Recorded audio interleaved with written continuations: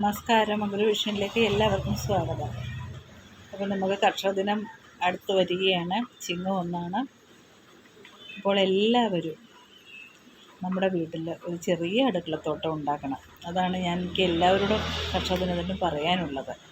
കാരണം ഇത് നമ്മൾ വിഷപ്പച്ചക്കറികളുടെ പുറകെ പോകാതെ നമ്മുടെ വീട്ടിൽ നമ്മൾ നട്ട് നനച്ച് വളർത്തുന്ന പച്ചക്കറികൾ ഉപയോഗിക്കുമ്പോൾ നമുക്ക് കിട്ടുന്ന ആരോഗ്യം തന്നെയുമല്ല, ഇതൊക്കെ പരിപാലിച്ചു കൊണ്ടുപോകുമ്പോൾ നമുക്കുണ്ടാകുന്ന ഒരു സന്തോഷവും ഇതൊക്കെ വളരെ വലുതാണ് അല്ലേ.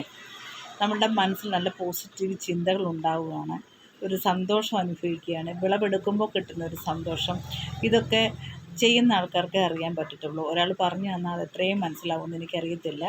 അപ്പം നിങ്ങളോട് എനിക്ക് പറയാനുള്ളത് നമ്മുടെ ചുറ്റുവട്ടത്ത് ഒരു 10-20 ഗ്രോ ബാഗിലെങ്കിൽ എളുപ്പം ഒന്നിച്ചല്ല, ഘട്ടം ഘട്ടമായിട്ട് നമുക്ക് നല്ലൊരു പച്ചക്കറി തോട്ടം ഉണ്ടാക്കിയെടുക്കണം. അതിൽ നിന്ന് നമുക്ക് നല്ല വിളവ് ലഭിക്കുന്ന രീതിയിൽ നമ്മൾ വളങ്ങളൊക്കെ ഇട്ട് വരുമ്പോഴത്തേക്കിന് നമുക്ക് അത് നല്ല രീതിയിൽ നമുക്ക് മുന്നോട്ട് കൊണ്ടുപോകാൻ പറ്റും.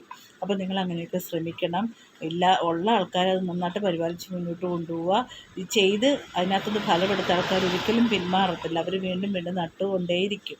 ഇതിൻ്റെ ഇടയ്ക്ക് കീടങ്ങളൊക്കെ വരും, അതിനൊന്നും സാരമില്ല. അതിനൊക്കെ നമുക്ക് ജൈവ കീടനാശിനി നല്ല നല്ല മാർഗ്ഗങ്ങൾ പലതുണ്ട്, അതൊക്കെ നമുക്ക് ഉപയോഗിക്കാം.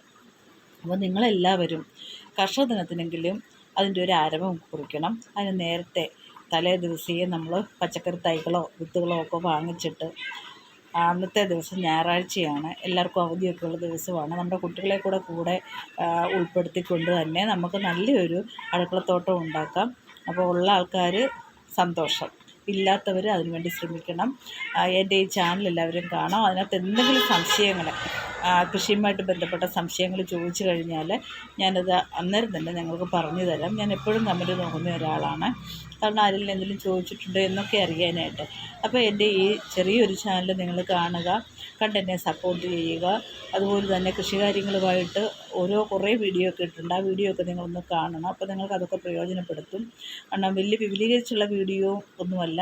ഒരു കൃഷി ചെയ്യാൻ ആഗ്രഹിക്കുന്ന, അടുക്കളത്തോട്ടം ചെയ്യാൻ ആഗ്രഹിക്കുന്ന ഒരാൾക്ക് എന്തൊക്കെയാണ് മനസ്സിലാക്കാവുന്ന അങ്ങനെയുള്ള രീതിയിലുള്ള കുറച്ച് കാര്യങ്ങളൊക്കെയാണ് ഞാൻ പറഞ്ഞു തന്നേക്കുന്നത്. അത് തന്നെയല്ല, കുറേയധികം കൃഷി ഉൽപ്പന്നങ്ങൾ നിങ്ങളെ മനസ്സിലാക്കാനായിട്ട് ഞാൻ ഇതിനകത്ത് വീഡിയോ ഒക്കെ ചെയ്തിട്ടുണ്ട്. അപ്പോൾ അങ്ങനെയുള്ള കാർഷികപരമായിട്ടുള്ള ഓരോ പ്രൊഡക്റ്റിനെക്കുറിച്ച് മനസ്സിലാക്കണം, ഓരോ വളങ്ങളെക്കുറിച്ച് മനസ്സിലാക്കണം. നമ്മൾ ഗ്രോ ബാഗ് നിറയ്ക്കുന്നതും പച്ചക്കറിത്തോട്ടം എങ്ങനെ ഉണ്ടാക്കാം അതൊക്കെ ഞാൻ ചെയ്തിട്ടുണ്ട്. അതുപോലെ ചെറിയ രീതിയിലുള്ള ജൈവ കീടനാശിനികൾ എങ്ങനെയൊക്കെ നമുക്ക് വീട്ടിലുണ്ടാക്കാം, അല്ലെ ഏറ്റവും നല്ല ജൈവ കീടനാശിനി ഏതാണ്, വാങ്ങിച്ചാൽ ഏതാണ് കിട്ടുന്നത്, അതൊക്കെ ഞാൻ ഇട്ടിട്ടുണ്ട്. അപ്പം നിങ്ങളെല്ലാവരും എൻ്റെ ചാനൽ മിസ് ചെയ്യാതെ കാണണം.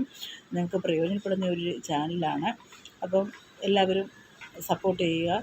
അതുപോലെ തന്നെ കമൻറ്റൊക്കെ ഇടുക. നമ്മുടെ വീട്ടിൽ ഒരു അടുക്കളത്തോട്ടം ഉണ്ടാക്കുക മറക്കരുത്. കർഷക ദിനത്തിനെങ്കിലും ചെയ്യാത്ത ആൾക്കാരെ ആരംഭം കുറിക്കണം. ഓക്കെ.